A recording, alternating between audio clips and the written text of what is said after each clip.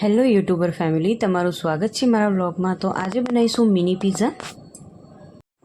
નાના બાળકોથી માંડીને મોટા બધાને જ ભાવે એ રીતના મિની પિઝા આજે આપણે બ્રેડમાંથી બનાવીશું। અને આ પિઝા તમે જ્યારે પણ વિચારો ત્યારે ફટાફટ બની જાય એ રીતના એકદમ સરળ રીતથી હું તમને આજે બતાવીશ આ મિની પિઝાની રેસીપી। તો ચલો આપણે સ્ટાર્ટ કરીએ।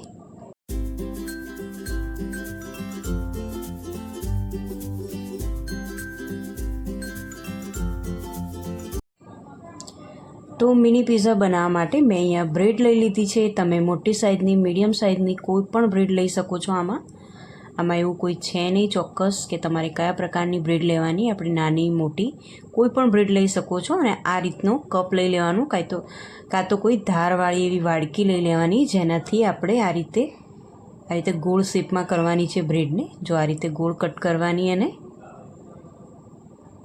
તો જો બીજી બ્રેડ તમને બતાવી દઉં, આ રીતે કપનું મેં માપ રાખ્યું છે। આ રીતે વચ્ચે આપણે મૂકીશું અને આ રીતે કટ કરી દઈશું ગોળ શેપમાં બ્રેડને। અને આ બ્રેડની જે કિનારી છે એનો પણ તમારે જો ઉપયોગ કરવો હોય તો થઈ જાય। એની મેં રેસીપી આપી છે મારી ચેનલમાં પ્રાચી મોદી ફેમિલીમાં। જે તમારે જોવી હોય કે બ્રેડના જે વધેલા ટુકડા હોય એની તમે મસાલા બ્રેડ કેવી રીતે બનાવી શકો છો એની રેસીપી આપેલી છે મારી ચેનલમાં। અને એની લિંક હું મારા ડિસ્ક્રિપ્શન બોક્સમાં મૂકી દઈશ, તો તમે ત્યાંથી ડાયરેક્ટ જોઈ શકશો। તો બસ આ રીતે કટ કરી લેવાની છે। બધી જ બ્રેડ મેં ગોળ શેપમાં કટ કરી લીધી છે। એના ટુકડા આપણે સાઈડમાં મૂકી દઈશું। હવે આગળ શું કરવાનું છે ચલો એ જોઈએ આપણે। તો ચીઝની નાની ક્યુબ લઈ લીધી છે મેં આ રીતે। હવે આ ચીઝને આપણે છીણી દેવાનું છે। તો આ છીણીથી હું એને છીણી દઈશ। પહેલાં તો આ રીતે છીણી દેવાનું છે।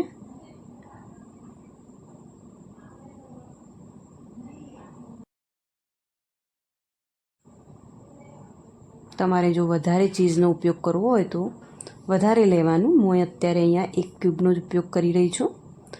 હવે આમાં અમેરિકન મકાઈ છે, એને બાફી દીધી છે હળદર અને મીઠું નાખીને। અને હવે બાફેલી મકાઈના દાણા આપણે આની અંદર એડ કરીશું। આ ચીઝની અંદર આપણે એડ કરવાના છે। તમને જો વધારે પસંદ હોય તો વધારે નાખવાના। મેં અહીંયા 3 થી 4 ચમચી જેટલા લીધા છે મકાઈના દાણા। અમેરિકન મકાઈના દાણા લીધેલા છે અહીંયા। હવે એની અંદર હું ઝીણી સમારેલી ડુંગળી એડ કરી રહી છું। હવે લીલા ધાણા અંદર એડ કરીશ। આ ચીઝ જે આપણે છીણ્યું એની અંદર જ આ બધો મસાલો કરવાનો છે।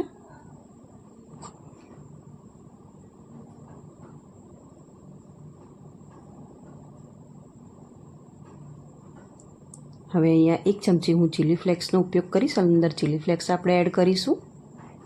હવે ચીલી ફ્લેક્સ, ઓરેગાનો એ બધું નાના પાઉચમાં મળતું જ હોય છે માર્કેટમાં આરામથી। ઓરેગાનો નાખીશું આપણે 1 ચમચી। મીઠું નાખીશું ટેસ્ટ પ્રમાણે। અને વ્યવસ્થિત આ મસાલાને આપણે હલાવી દઈશું।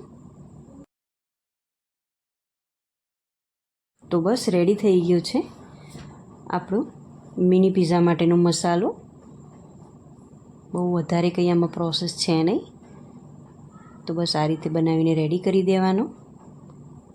હવે આ જે આપણે કટ કરીને મૂકી હતી બ્રેડ એની ઉપર આ પિઝા સોસ પહેલાં આપણે લગાવીશું।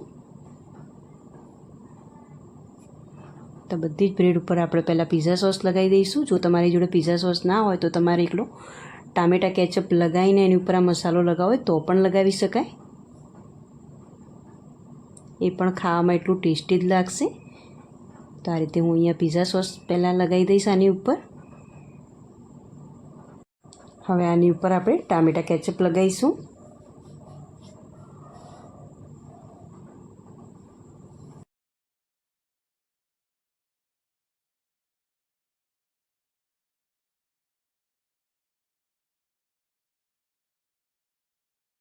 હવે આપણે જે મસાલો બનાવ્યો હતો એ એની ઉપર આ રીતે મૂકી દઈશું। એની ઉપર આ રીતે લગાવી દઈશું। તો આ રીતે બધી જ બ્રેડ ઉપર હું આ રીતે મસાલો લગાવી દઈશ।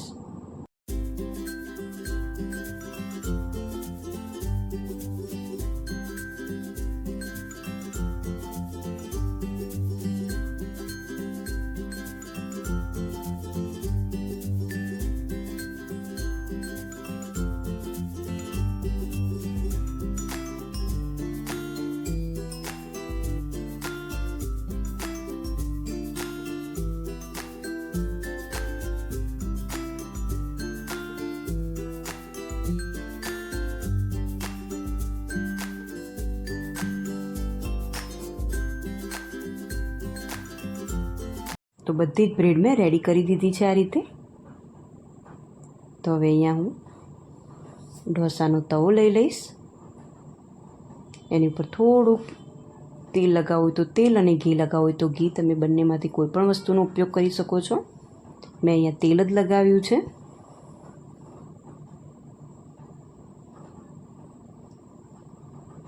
તમે આ તવાની જગ્યાએ તમે જે નોર્મલ આપણે જે રોટલી બનાવતા હોઈએ છીએ લોખંડની તવી ઉપર, એની ઉપર તમારે જો બનાવવું હોય તો બની જાય. તમારે ગેસ એકદમ મીડિયમ રાખવાનો, એકદમ ધીમા ગેસ ઉપર જ કરવાનું અને શેકવાનું.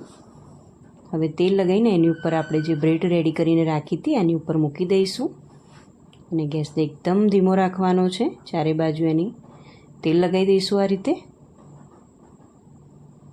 ઢાંકી દઈશું આ રીતે, એટલે નીચેથી બ્રેડ આપણી સરસ એવી શેકાઈ જાય. બહુ વધારે એને કડક નથી કરવાની, નોર્મલ જ આપણે એને શેકવાની છે.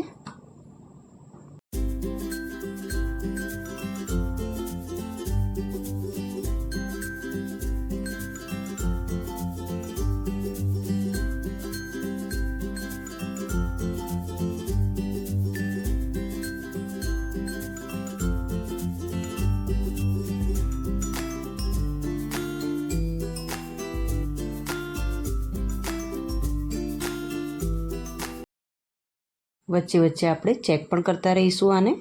અને ઉપર જે મસાલો આપણે લગાવ્યો તો એ થોડોક આ રીતે પ્રેસ કરી દઈશું અને નીચેથી જોઈ લઈશું બ્રેડ આપણી કે શેકાય છે કે નહીં વ્યવસ્થિત. થોડી લાલાશ પડતી થઈ જાય એટલે આપણે ઉતારી દેવાની એને. જો હજી થોડીક વાર લાગશે, હજી બરાબર થઈ નથી, તો આને ફરી હું મૂકીશ થોડીક વાર માટે.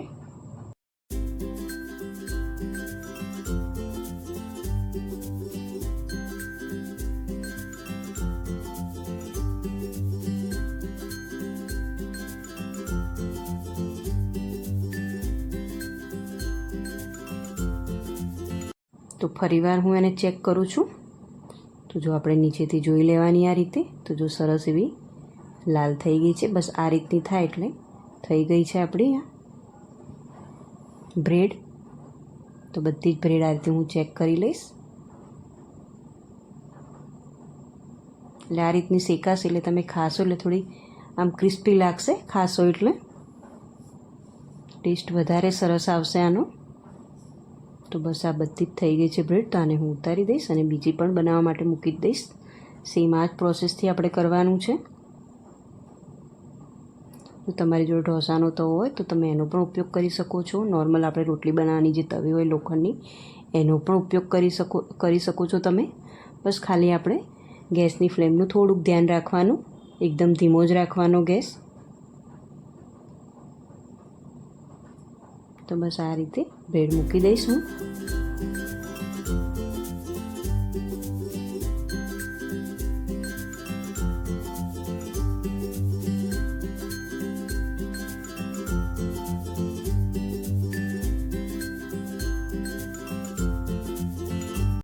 તો બસ બનીને રેડી છે. જો તમને નીચેની બાજુથી બતાવી દઉં, જો આ રીતની રેડી કરી દેવાની. ચારે બ્રેડ તમને બતાવી દઉં.